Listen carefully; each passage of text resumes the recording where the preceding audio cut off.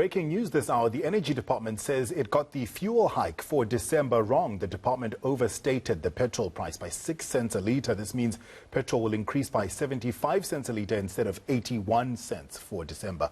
For more on this, let's cross to eNCA business editor Devan Murugan at our Johannesburg studios. Devan, I guess there's a little relief that there's a slight decrease, but how did this happen? A little relief, but I can tell you one thing for sure, is that the frustration would not end. So essentially, here's the background.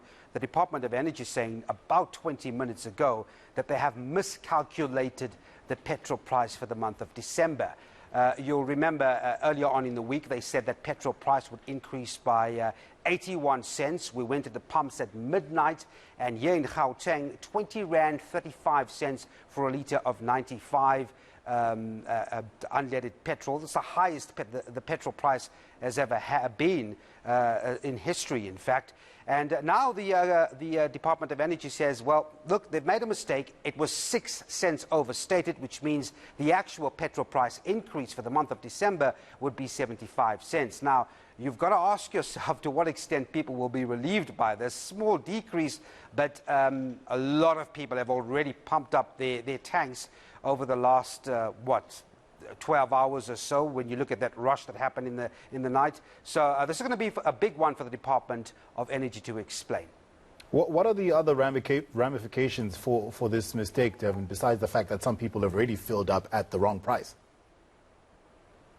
Well, let's start with the reasoning as to what the Department of Energy is giving us for behind this mistake that happened with the petrol price. And they boil it down to the fact that they miscalculated the increases for petrol attendants. Those increases had already been implemented in September, but they considered that factor in the latest petrol price increase, and that's where the mistake happened.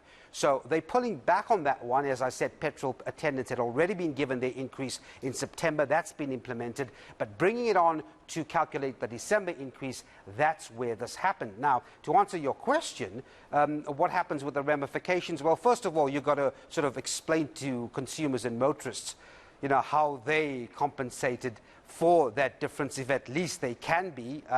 We will have to explore that angle. But then, of course, petrol stations across the country would have also had an impact in terms of their planning, in terms of their stock refineries coming through or itineraries coming through.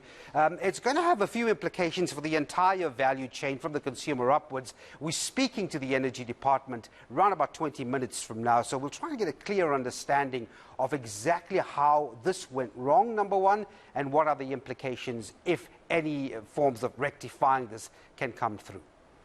All right, Devin, thanks a lot for your time. We'll stay tuned for that conversation you have with the ministry. I hate to be those guys who made those calculations, and it's going to be a tough day at work for them today.